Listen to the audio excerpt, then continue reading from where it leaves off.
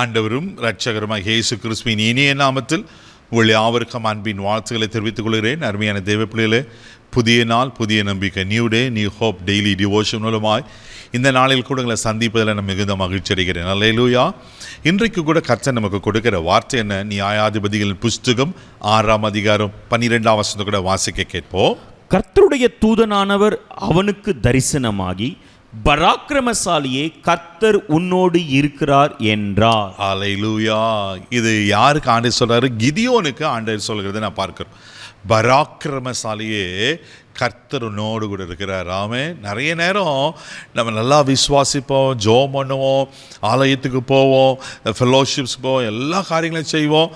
சில நேரம் ஆண்டவர் நம்ம கூட இல்லாதது போல இருக்கும். ஆண்டவர் இருக்கிறாரா? ஆண்டவர் மறந்துட்டாரா? ஆண்டவர் கைவிட்டாரா? இப்படி ஒரு சில கேள்விகள் வருது தானே. அல்லேலூயா. தேவப்பிள்ளையில் ஆமேன். இதே போல் சூழ்நிலை தான் கிதியோனை பார்த்து சொல்கிறாரு, கிதியோனே பராக்கிரமசாலியே, கர்த்தர் உன்னோடு கூட இருக்கிறார். அல்லேலூயா. பாருங்க, கிதியோன் அழகான ஒரு கேள்வி கேட்கிறார். அதே 6ஆம் அதிகாரம் 13ஆம் வசனம் கூட வாசிக்க கேட்போம். அப்பொழுது கிதியோன் அவரை நோக்கி, என் ஆண்டவனே, கர்த்தர் எங்களோடு இருந்தால் இவைகளெல்லாம் எங்களுக்கு நேரிடுவானேன்?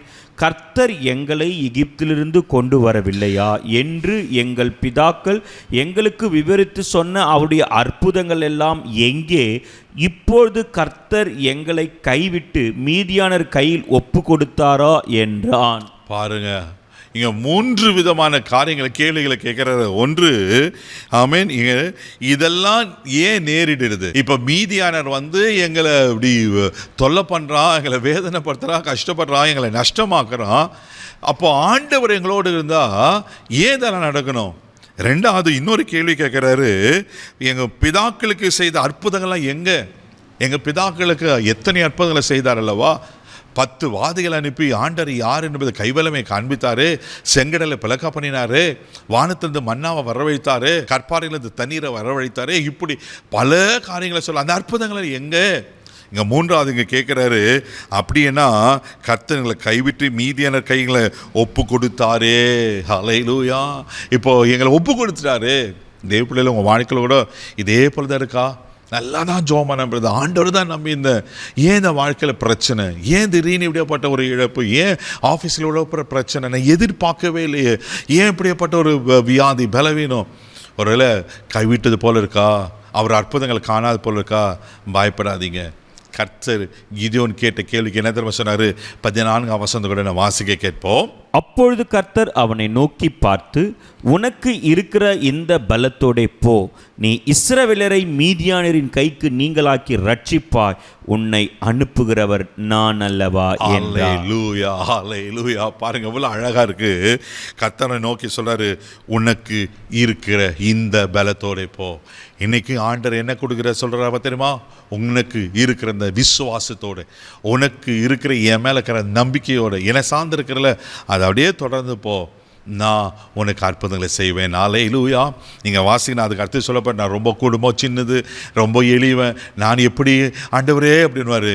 16ஆவது வசனம், அதற்கு கர்த்தர், நான் உன்னோடு கூட இருப்பேன், ஒரே மனுஷனை முறியடிப்பது போல நீ மீதியானரை முறியடிப்பாய். அல்லேலூயா. இதுதாங்க கர்த்தருடைய வார்த்தை.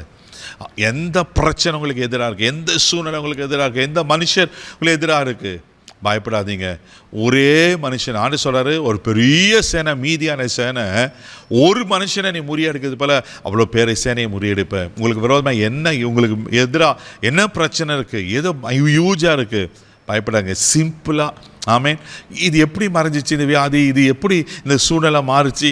இந்த காரியம் எப்படி நடந்தது? நீங்களே ஆச்சரியப்படுத்துக்கிறதுக்கு கர்த்தருடைய மகிமையை, மிரக்கல்ஸை நீங்கள் பார்க்க தான் போகிறீங்க.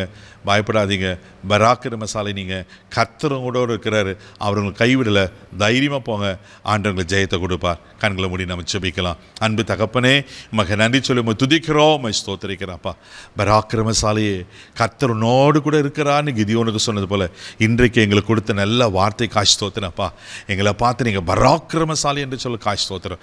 நாங்கள் பயந்தவர்கள் அல்ல, கோழைகள் அல்ல ஆண்டவரே, நாங்கள் பலவீனர்கள் அல்ல, பராக்கிரமசாலிகள்.